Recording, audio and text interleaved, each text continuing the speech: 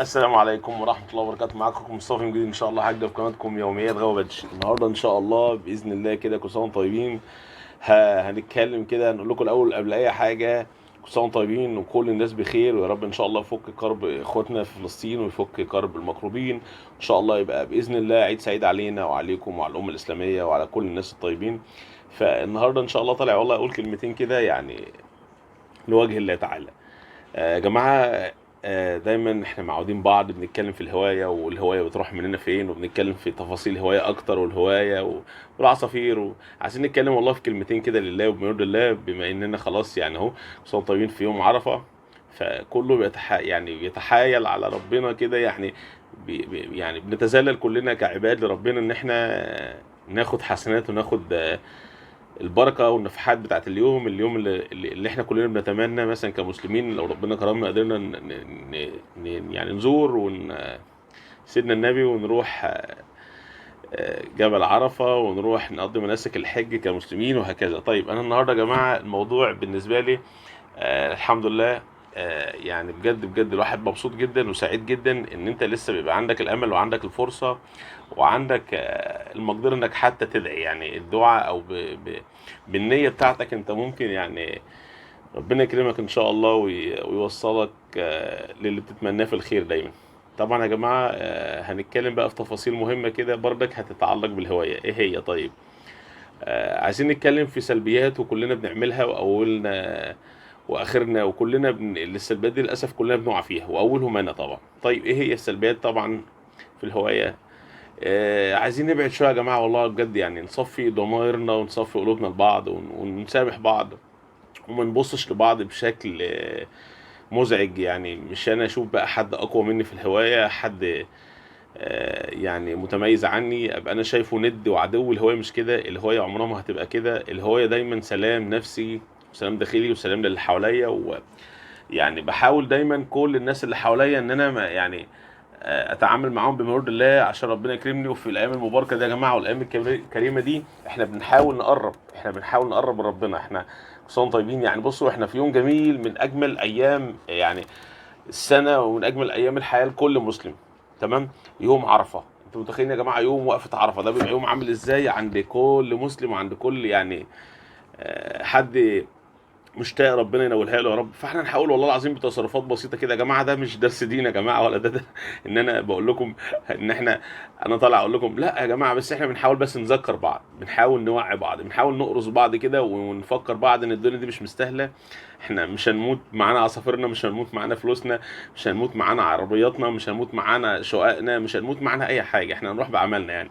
فانا لو والله يعني حاولت كده النهارده اطلع كده نفكر بعض ونذكر بعض ان الدنيا خلصانه وهي كلها مساله وقت. يعني احنا في رحله وفسحه كده وفي الاخر ربنا يعني ايه هياخد امانته يعني. فاحنا بنحاول نجيبها في الحاجه اللي احنا بنحبها اللي هي الهوايه.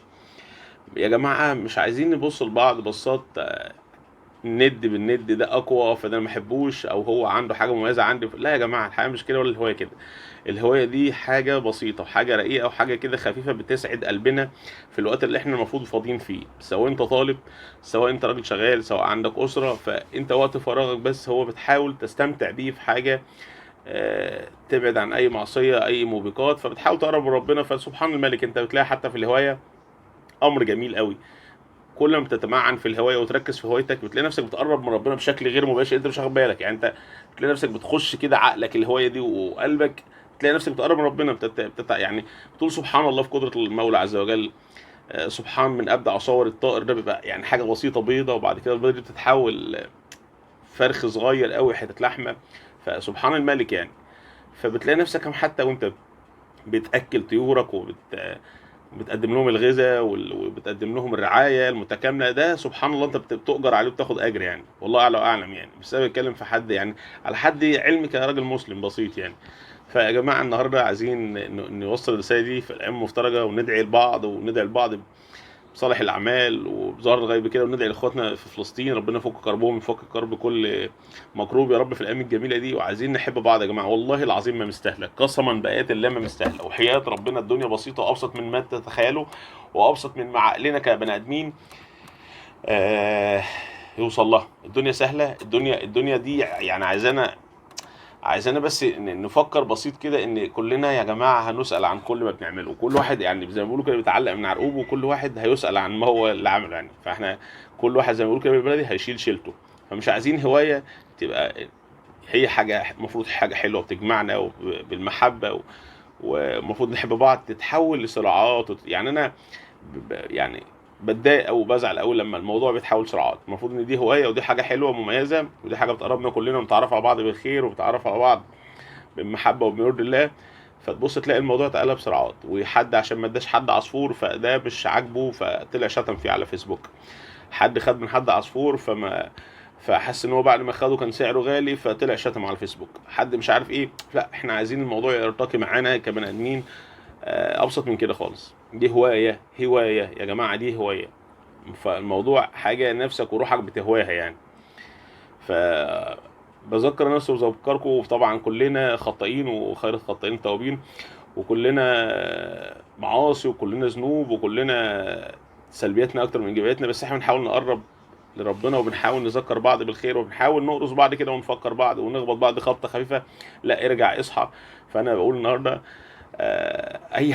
اي حد يا جماعه حاسس ان انا في يوم من الايام ظلمته، سامحني لوجه الله تعالى.